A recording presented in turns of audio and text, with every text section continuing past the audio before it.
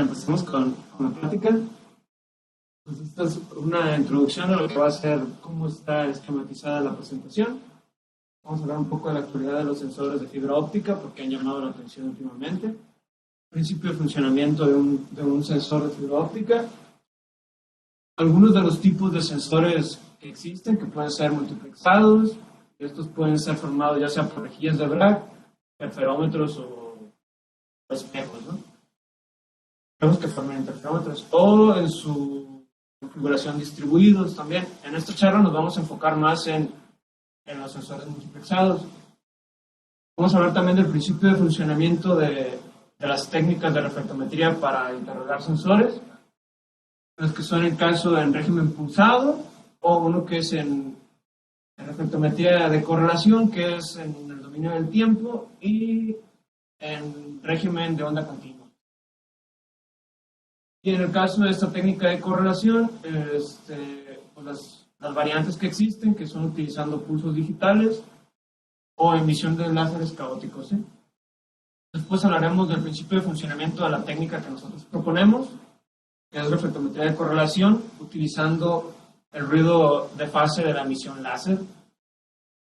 Y hablaremos de la incorporación de dos canales a esta técnica, de la multiplexación de los sensores que utilizamos interrogándolos con dos canales, utilizando dos láseres, y una configuración utilizando un solo láser. Ya algunas publicaciones derivadas del trabajo y el trabajo que se está haciendo actualmente, ¿no? Y algunas conclusiones. Bueno, la actualidad de los sensores de fibra óptica. Los sensores de fibra óptica en la actualidad están llamando mucho la atención en áreas como la ciencia y la tecnología. Esto debido a que en comparación con sensores convencionales presentan algunas ventajas. Cuando nos referimos a sensores convencionales como sensores que utilizan piezoeléctricos o por ellos circula una corriente eléctrica, ¿no? Las ventajas, comparándolos con ellos, es que los sensores ópticos son inmunes a interferencia electromagnética. En este caso son totalmente pasivos, ya que por ellos no circula una corriente eléctrica, solo es luz. Y por ellos son seguros para trabajar en ambientes que sean como explosivos, como, no sé, en almacenes de combustibles, transportes de hidrocarburos, ¿sí? Donde pueda haber que haya una chispa o algo y no haya ningún problema, ¿no? Que es el caso con los eléctricos. Una gran ventaja es que pueden utilizar detección ya sea multipuntual, cuasi distribuida o distribuida, que una sola fibra puede concatenar varios sensores o toda la fibra puede ser el mismo sensor, ¿no? O sea, todos los puntos de la fibra son sensibles a perturbaciones, lo cual con sensores convencionales es muy difícil o prácticamente imposible. Existe actualmente un campo de aplicaciones bastante amplio. Monitoreo de puntos críticos en estructuras en obras civiles, como para detectar deformaciones, cambios de temperatura, vibraciones, para monitorear puentes, edificios,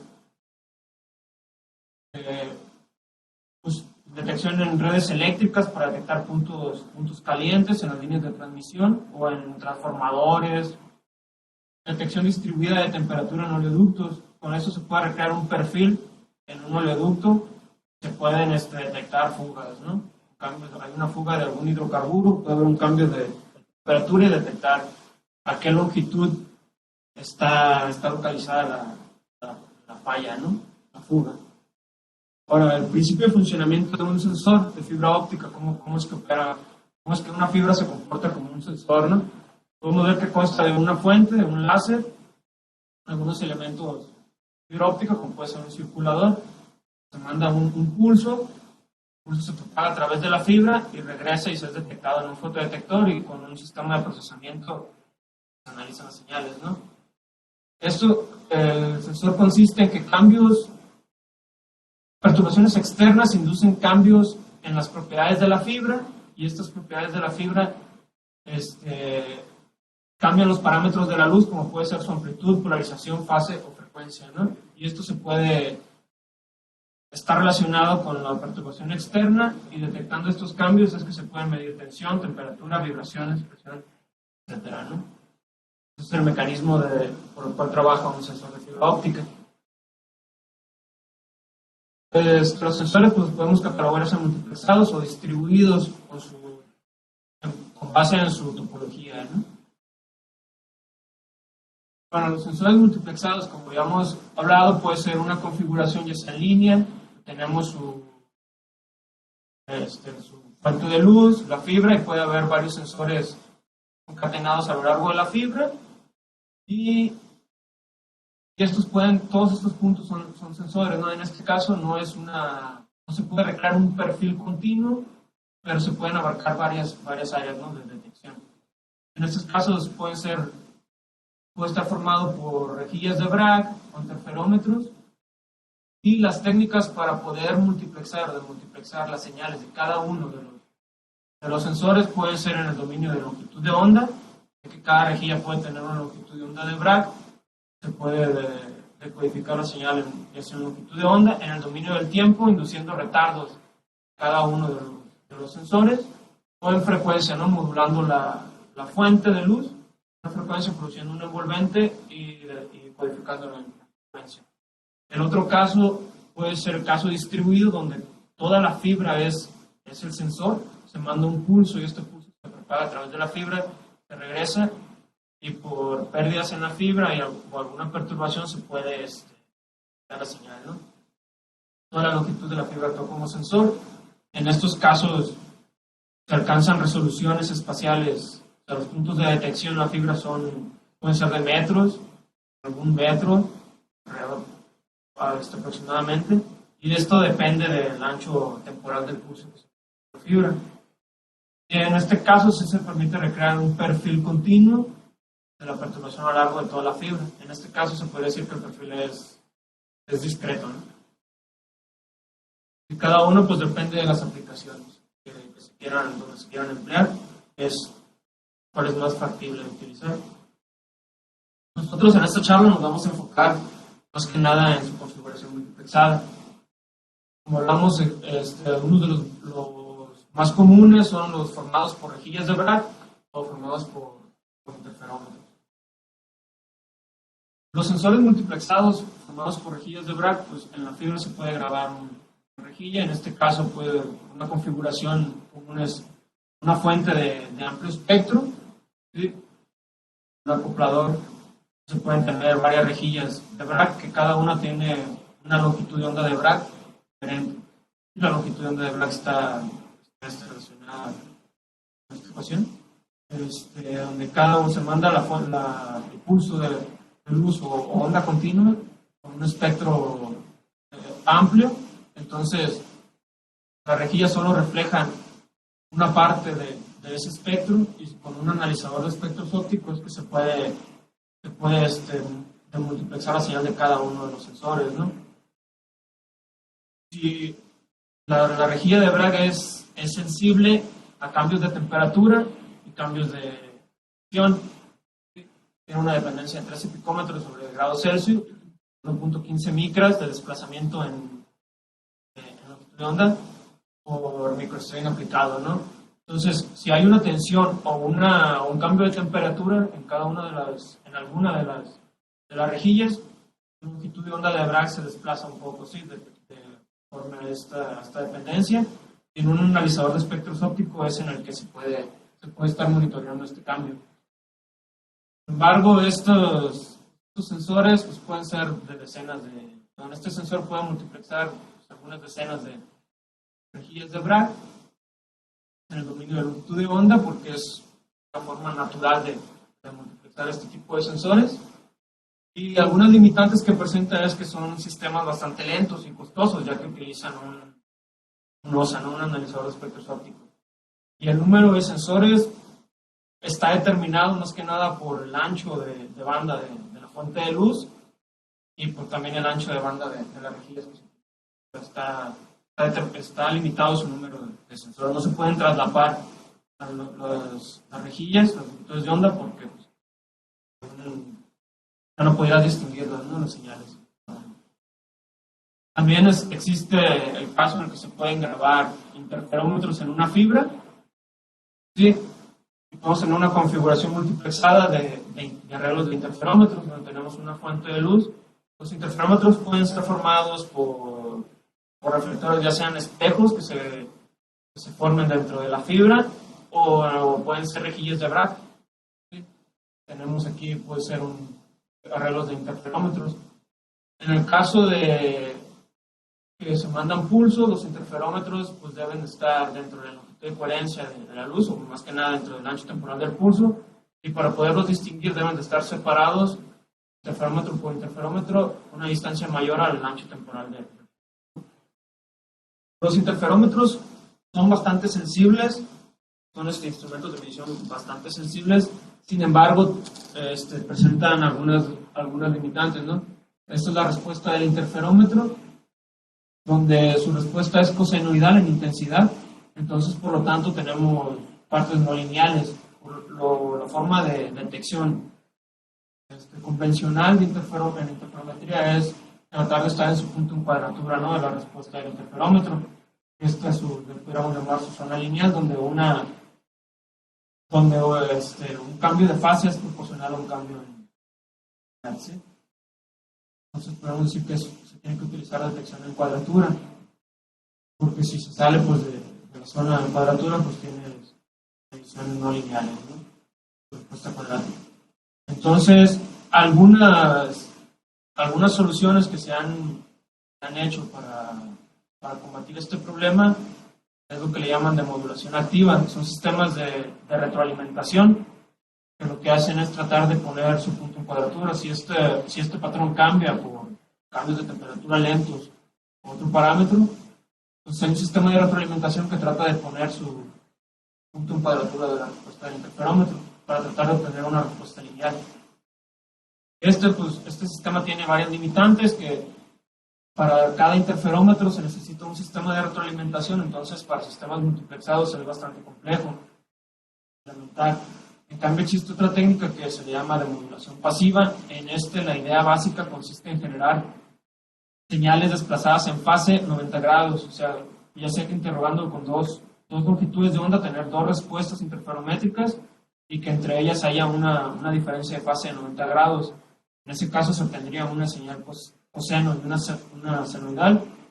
Ya existen técnicas usando un postprocesado donde se use la función tangente, es que se puede extraer la fase, ¿no?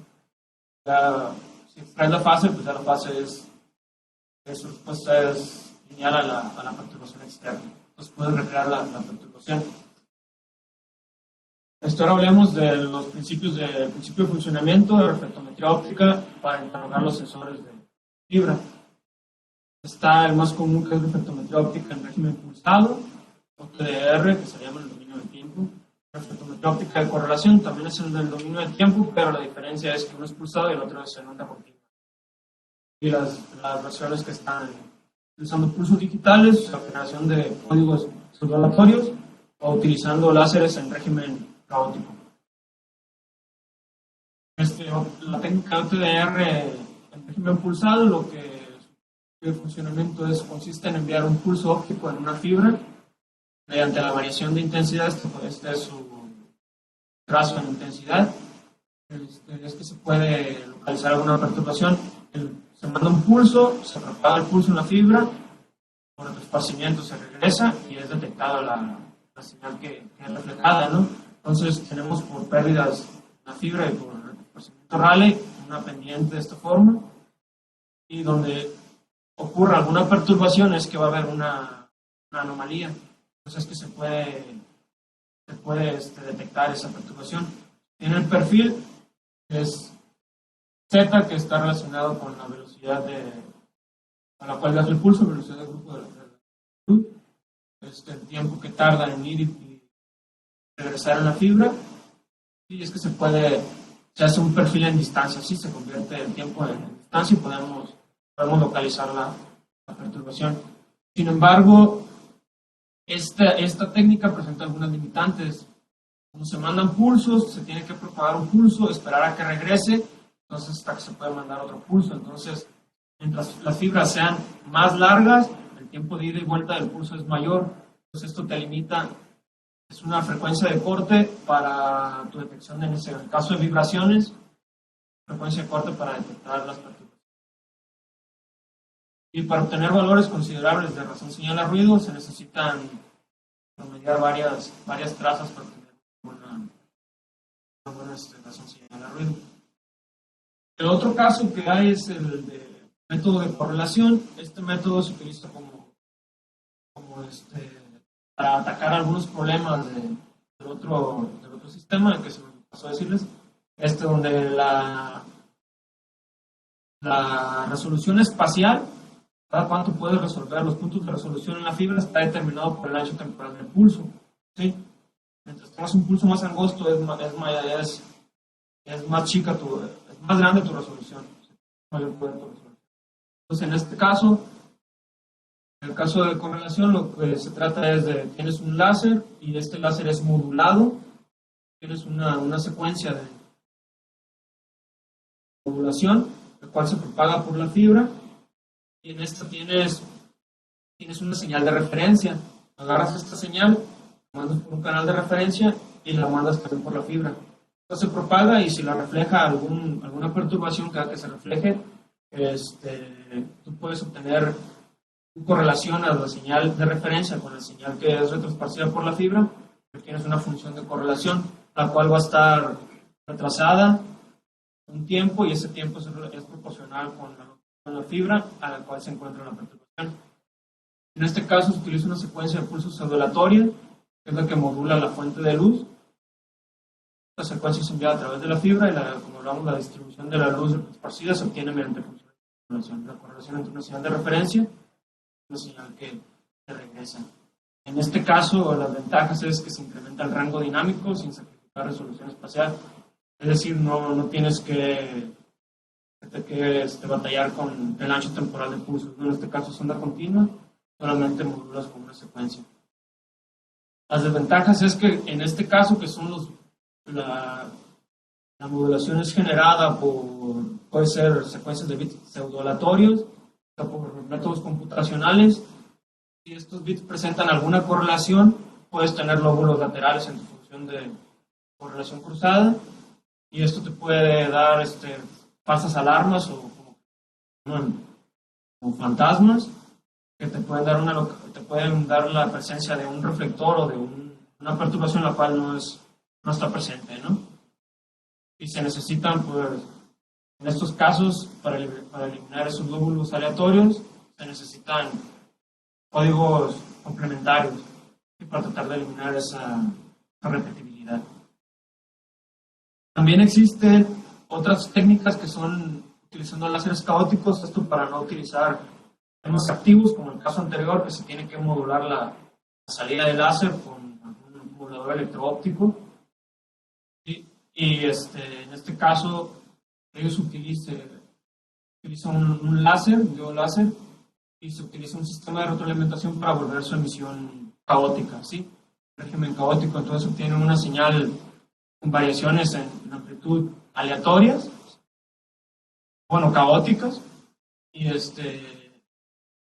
entonces se hace lo mismo, se obtiene la salida del láser, se obtiene una señal de referencia, la misma señal se manda por la fibra, regresa y se procesa con funciones de correlación, se obtiene su función de correlación, y estos sistemas presentan resoluciones bastante altas, su resolución espacial es del rango de milímetros, ¿sí? Debido a que el ancho de banda de la señal caótica es de alrededor de gigahertz, ¿sí? Para el caso de sensores, para detección de vibraciones en específico, pues son sistemas, el ancho de banda es bastante amplio, son sistemas incoherentes, lo cual para detección de vibraciones es inapropiado, ¿no? Las señales de prueba son generadas por retroalimentación. En caso de esto de retroalimentación también puede inducir algunas repetibilidades en la señal caótica generada y puede resultar también en lóbulos laterales, en caso de correlación. Otra desventaja es que la amplitud de la señal, o vamos a llamar la varianza en la amplitud de la señal generada, depende de la potencia de salida del láser. Entonces, si quiere tener una señal con una mayor varianza en amplitud, Sí, se tiene que incrementar la potencia de salida de láser. Sin embargo, al incrementar la potencia de salida de láser, esta señal está sobrepuesta de un valor de offset. Entonces, se incrementa la potencia y sube el offset, y la amplitud no incrementa no es una razón lineal como incrementaría el valor de offset, ¿sí? Entonces, se encuentra limitada en ese aspecto. Nosotros proponemos una técnica de reflectometría en onda continua de correlación, utilizando nosotros el ruido de fase de la emisión láser. ¿Sí? ¿En qué consiste? Nosotros, nuestra señal con variaciones en intensidad o en amplitud, la generamos utilizando un láser DFB, utilizando una configuración de fibra óptica de un interferómetro de tipo Michelson fuertemente desbalanceado, formado por un acoplador 50-50. Tenemos una fibra convencional, donde uno de los brazos tiene un retraso temporal. Tenemos la salida y un fotodetector, ¿sí? En este caso lo que hacemos es las variaciones de fase de la emisión láser DFB, que es bien conocido que un láser de semiconductor en comparación a un láser de estado sólido presenta un ruido de fase mucho mayor. Nosotros lo que hacemos es aprovechar ese ruido de fase, o sea, variaciones en la longitud de onda de emisión del láser, convertirla en una variación en amplitud. Sí, la varianza de esta señal depende del retraso temporal producido en uno de los brazos del interferómetro de Michelson. Sí, donde se nos dice que a partir de un retraso de 3 a 4 veces la longitud de coherencia del láser, nosotros metemos un retraso que sea 3 a 4 veces mayor que la longitud de coherencia del láser. Entonces, en ese caso, ya no tenemos, en la salida ya no se observan, no tenemos franjas de interferencia, ¿sí? Ya lo único que tenemos es una suma de las intensidades de las dos ondas. Está determinada por la intensidad en este canal, el módulo cuadrado de las dos ondas, ¿no?, que llegan. Tenemos la función de respuesta del interferómetro. ¿Sí? Entonces, en el caso en el que el retraso es mucho mayor, 3-4 veces la longitud de coherencia del láser, ya no tenemos, en este caso en esta gráfica se muestra la amplitud del contraste de las franjas de interferencia. Entonces, cuando tenemos un retraso temporal de 4 o 5 veces la longitud de coherencia de la luz láser, ya no tenemos franjas de interferencia, ya lo único que tenemos es una suma de amplitud de dos ondas, ¿sí? Donde ya la variación en amplitud es totalmente aleatoria, porque esto depende del ruido de fase del láser, son variaciones totalmente aleatorias. En este caso, nosotros, esas dos ondas de salida del interferómetro desbalanceado, agarramos un acoplador 99.1, el 1% es utilizado como señal de referencia, igual que en el caso con láseres caóticos, la otra parte de la señal se manda a través de la fibra, y donde existe un retraso y hay algún reflector, se refleja, y entonces aplicamos funciones de correlación, y es que podemos localizar la distancia en la cual está el reflector, ¿sí?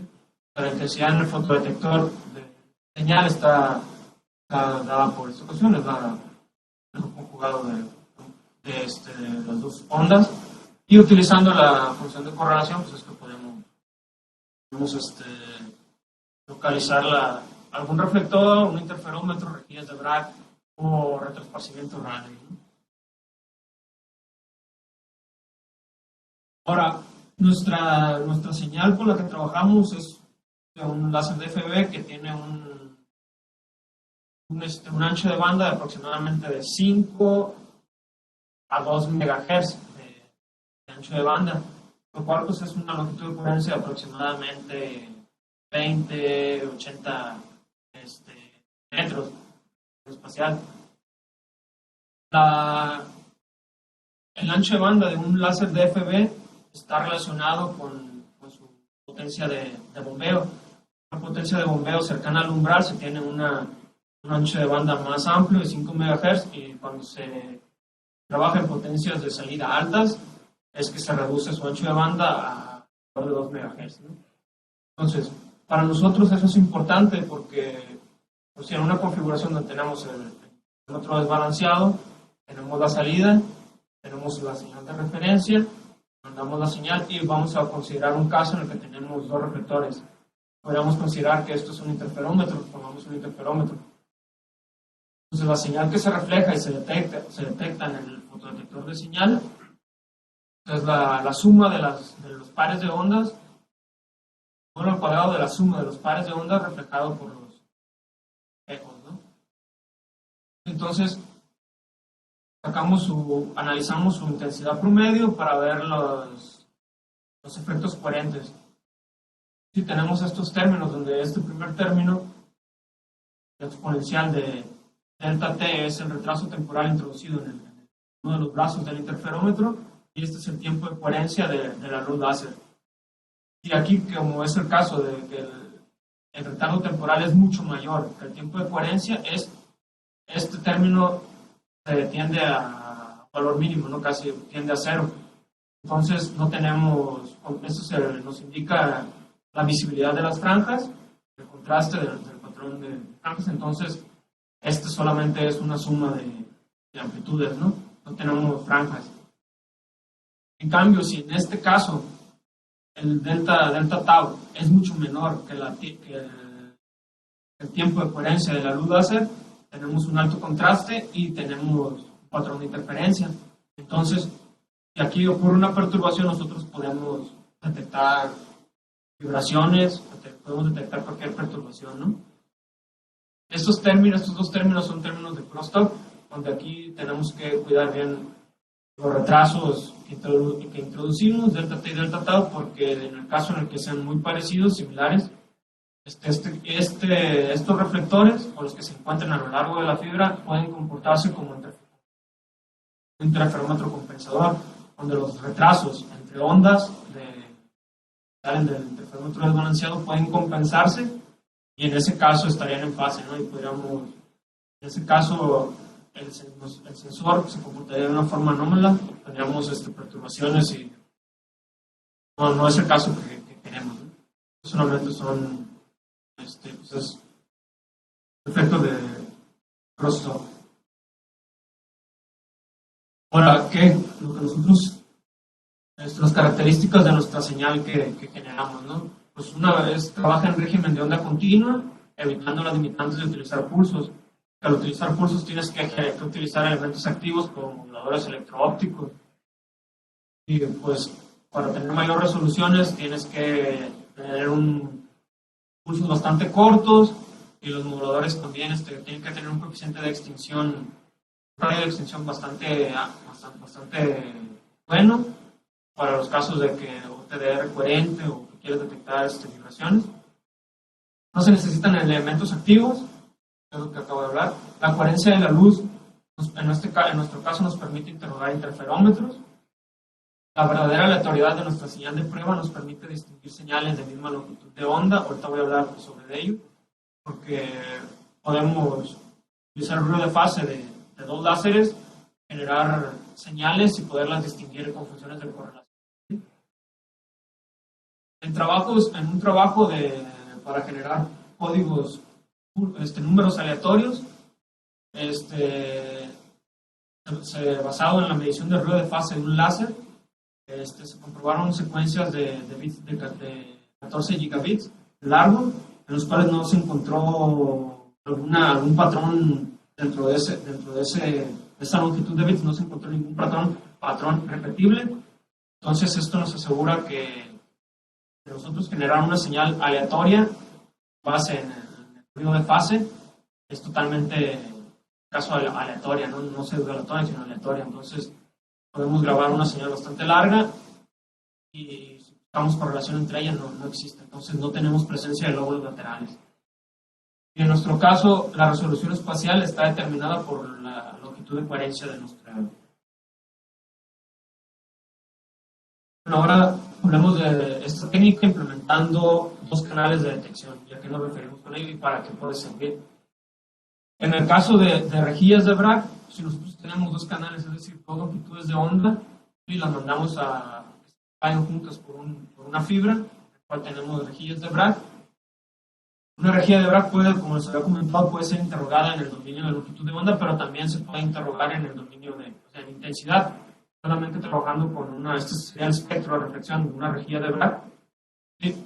En el cual sería la longitud de onda y su reflexión en intensidad, donde se trataría de trabajar en su parte lineal. Se manda un haz de luz que su ancho de banda sea más corto que el ancho de banda de la rejilla y es reflejado esté dentro de la longitud de onda de Bragg y sea reflejado por la rejilla, ¿sí?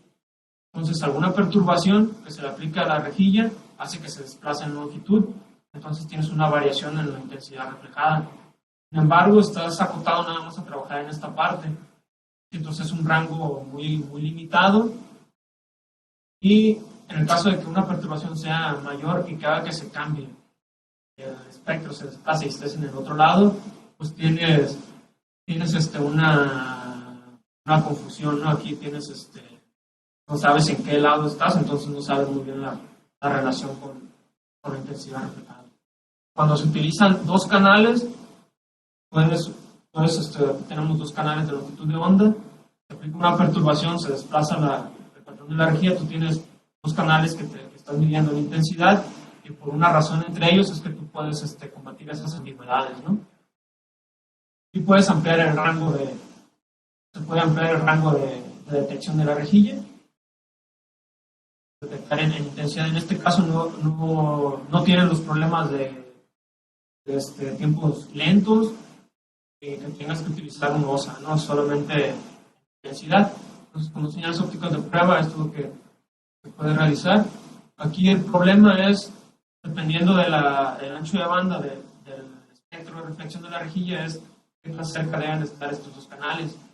Para poder separar estos dos canales, las técnicas que existen pues, es utilizar WDMs o modularlas en cada una de las señales, codificarlas, cada canal codificar una frecuencia. Entonces se necesitan elementos activos.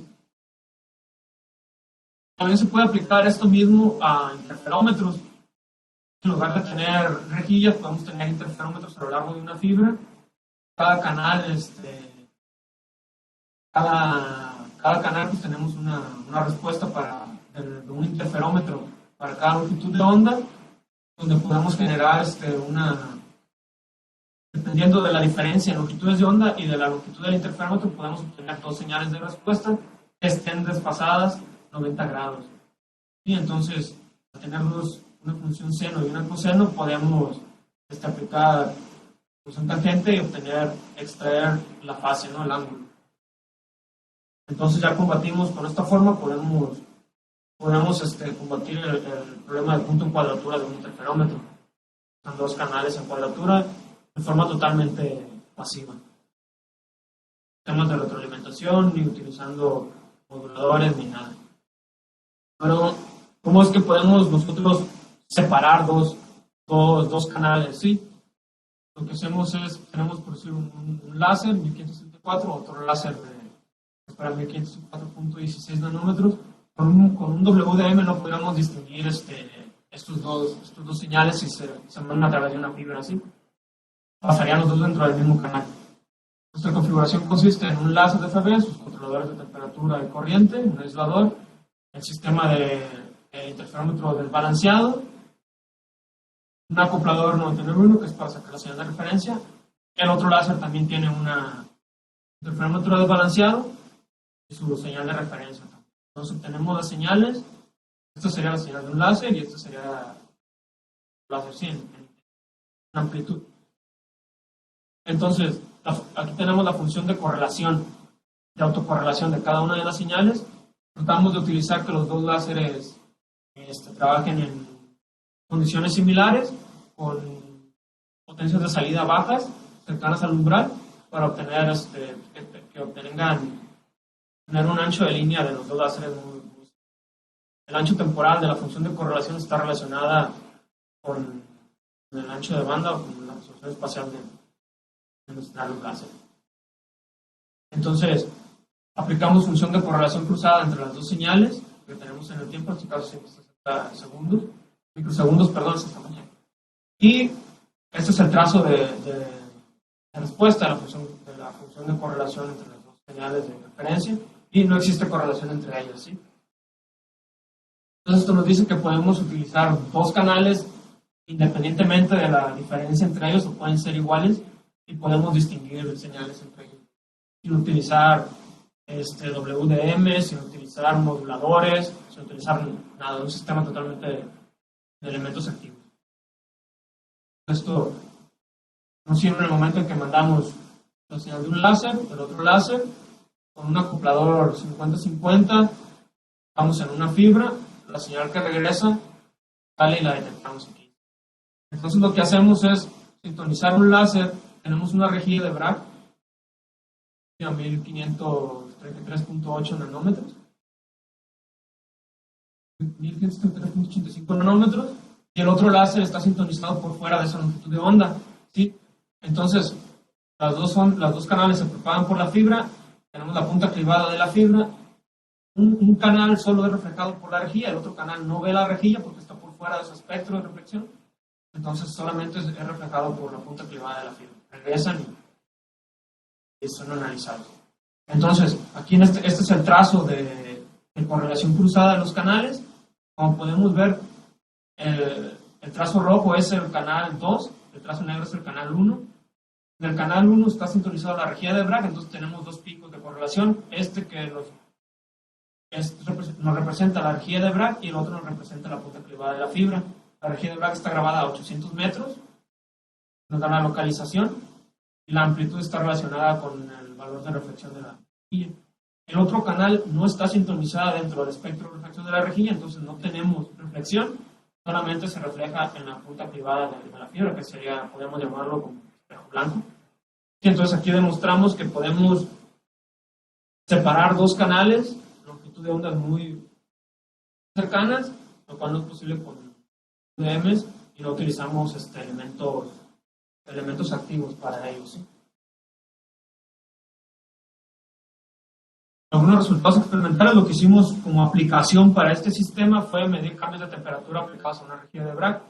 Utilizamos un elemento disipador de temperatura, lo perforamos, por ahí pasa una fibra, tenemos una rejilla de Bragg que está grabada en la fibra y está inmersa en medio de este canal.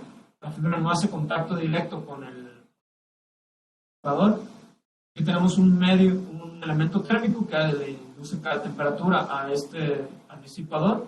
De este lado tenemos un termopar para estar monitoreando la temperatura la temperatura del ambiente dentro de este hueco, ¿sí?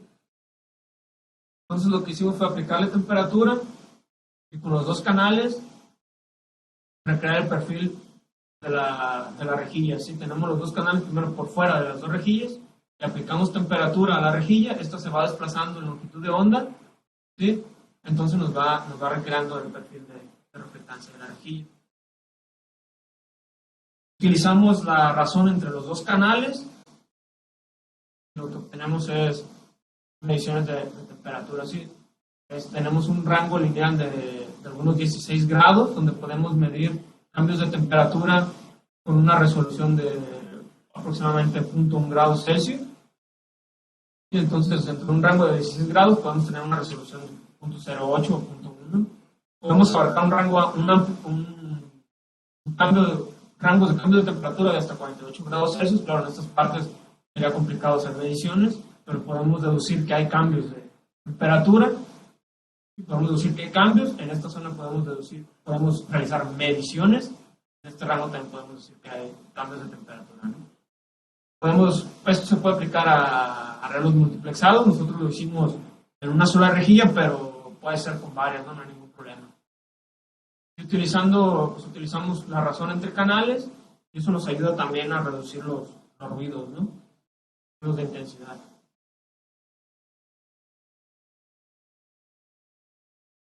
Ahora, en el caso anterior vimos la multiplicación de canales generados por dos láseres, por dos fuentes láser. Ahora vamos a ver utilizando un solo láser, ya no utilizando dos.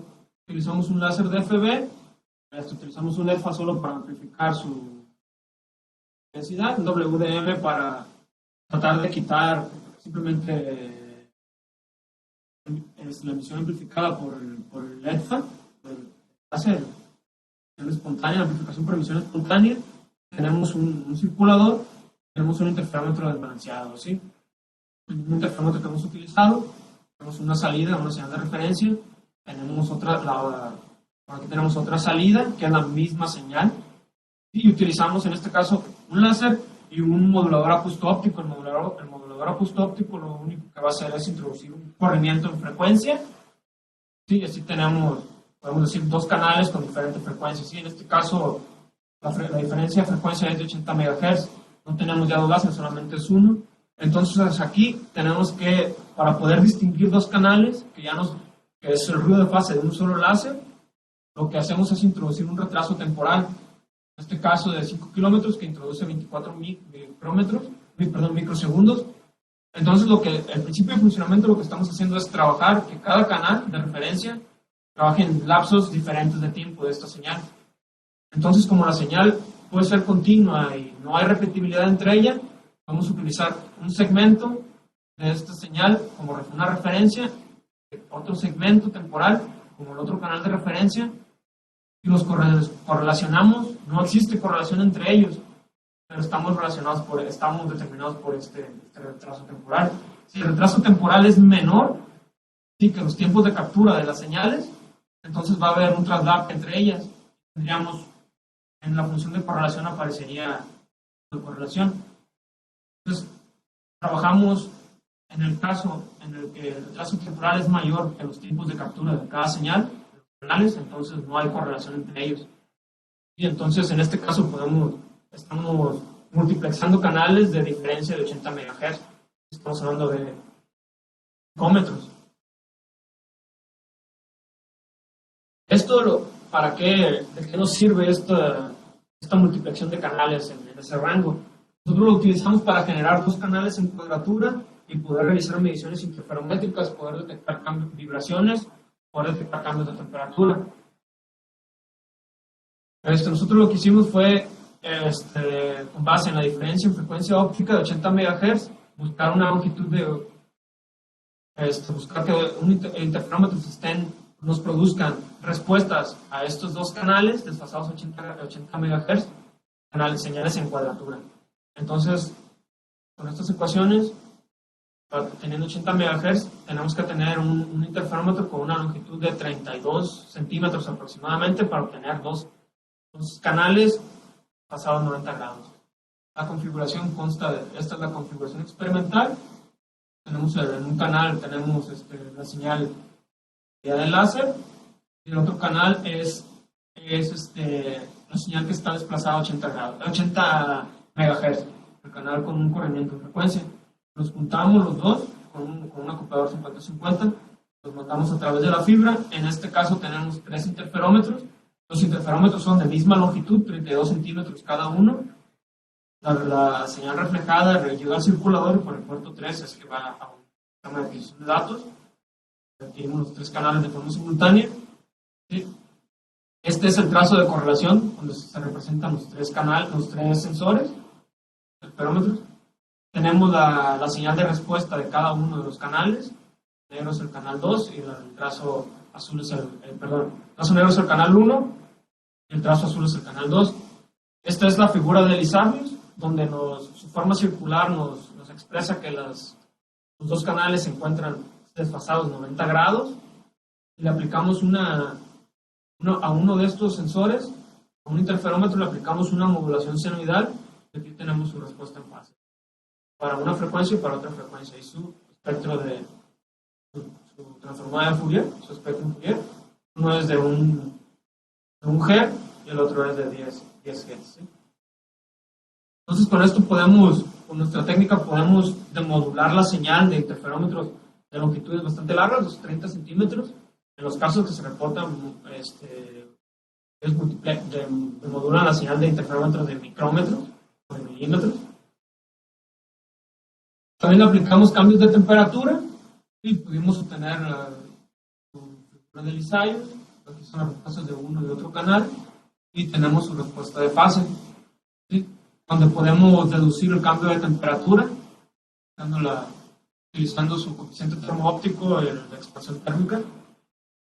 Podemos obtener obtener la respuesta de fase relacionada a temperatura. ¿Sí? Entonces pudimos realizar mediciones de temperatura y pudimos recrear vibraciones, señales dinámicas. Estos casos para modulaciones de un solo interferómetro, nosotros podemos aplicar vibraciones o cambios, perturbaciones a los 3 interferómetros y detectarlos de forma simultánea. ¿Sí? Estos son los canales en cuadratura, ortogonales, el patrón de Lisayes de cada uno que nos confirma la ortogonalidad entre los canales y están en fase. En este caso aplicamos cambios de temperatura no homogéneos entre los 3 interferómetros, por eso tenemos respuestas diferentes de cada uno. Los interferómetros son de longitudes iguales de 32 centímetros y la escala aquí está en radianes, pero es 12 radianes para este interferómetro, es aproximadamente 1 grado Celsius. ¿Sí? Estos trabajos resultaron en 2 publicaciones en Optics Letters y en una presentación en un congreso. Las conclusiones a las que llegamos es que se presentó un método robusto, novedoso, basado en correlación para la multiplicación de canales espectrales y sensores de fibra óptica, utilizando el ruido fundamental de los láseres DFB. Una técnica para la interrogación con 2 longitudes de onda de sensores de fibra multiplexados, para el caso de rejillas y interferómetros Fabry-Perot de baja fineza, que demostró la interrogación con 2 canales de un sensor multiplexado y los resultados de las rejillas de Bragg de reflectancias ultradébiles en longitudes de fibra de 4 kilómetros nos dieron resoluciones de 0.01 grados Celsius, lo cual no es una alta resolución, pero está dentro del rango aceptable, ¿no? Se presentó un método novedoso capaz de multiplexar con 2 canales en cuadratura utilizando un solo láser DFB terrenos de interferómetros relativamente largos, en este caso de 32 centímetros, los cuales presentan una sensibilidad de fase bastante alta. Los resultados experimentales nos demostraron que podemos seguir la fase por cambios mayores de 2pi continuamente sin problema, ¿no? Y ahorita lo que se está trabajando solamente es ahorita estamos trabajando en un conjunto de la técnica de correlación, utilizando un barrido en frecuencia. ¿Esto para qué? Para poder incrementar la resolución espacial. Bueno, como dijimos, la resolución de nuestros sensores está determinada por la longitud de variancia de la luz, entonces de algunos metros. Si queremos incrementarla, podemos hacerlo debido a que si introducimos una modulación en la longitud de onda del láser, podemos tenemos un pico de correlación que nos determina cada uno de los sensores, cada uno de estos puntos en la fibra, pero cada punto contiene 2 interferómetros, los cuales por la técnica de correlación sola no podemos estos 2 interferómetros. Si aplicamos una modulación en longitud de onda, tendríamos esta señal en el tiempo. Aplicando transformada de Fourier podemos obtener la respuesta de estos otros, o sea, incrementar la resolución espacial de nuestra técnica sin meter elementos activos, sin nada, solamente una modulación en el láser y obtener su respuesta en la fase de cada uno de los interferómetros. Entonces ahorita estamos trabajando en esto, no es la parte en la que se está.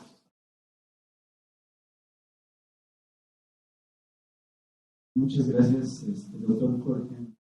Interesante su trabajo y muy básico.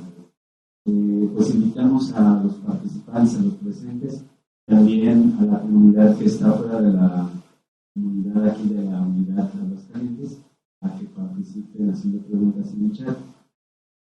O pueden activar su micrófono y aquí creo que... Entonces, alguien que tenga alguna pregunta.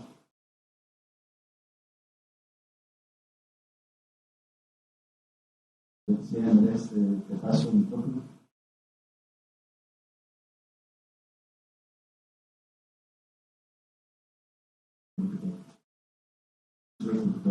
Muy interesante. Tengo una duda. ¿Cómo es dentro de la fibra óptica? ¿No es alto eléctrico? ¿Cómo se utiliza? Los interferómetros pueden ser formados por rejillas de Bragg. Hicimos unos con rejillas de Bragg que pueden ser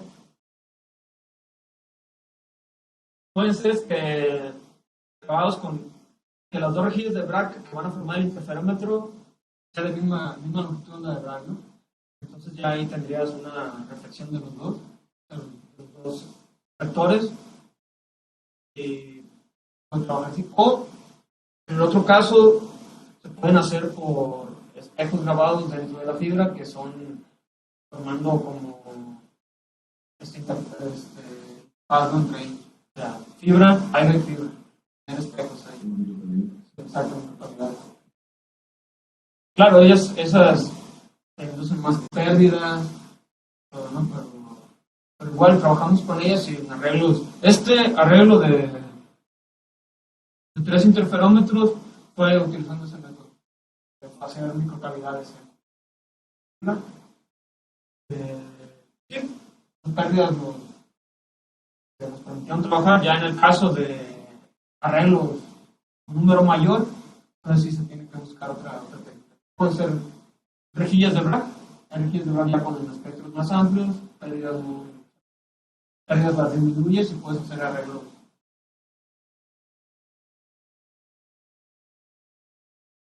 Muchas gracias. Voy a leer una pregunta del chat. Dice Edgar Medina Segura. Buen día, gracias por el seminario. El ruido de fase de los láseres de FD nos habla de una baja coherencia espacial de esta fuente. No.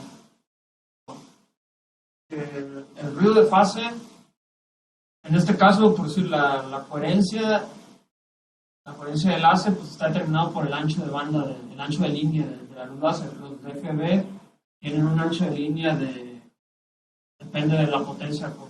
Trabajas va de 2 MHz a 5 MHz. Estamos hablando de una coherencia temporal el espacial de 20 hasta 80 metros. Muchas gracias, doctor Jorge. ¿Alguien más del público asistente?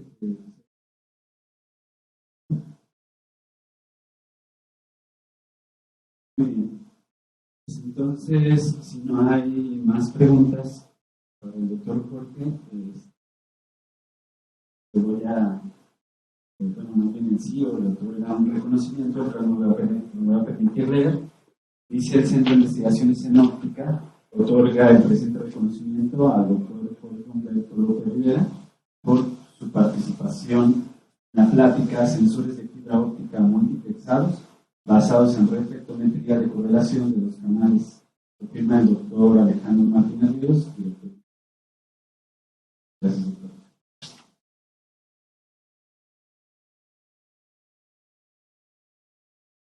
Muchas gracias a todos. Entonces nos vemos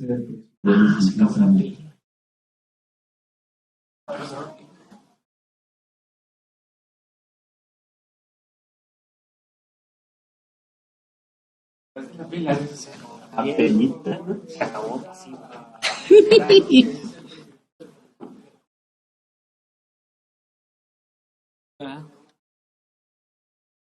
Una hora. Es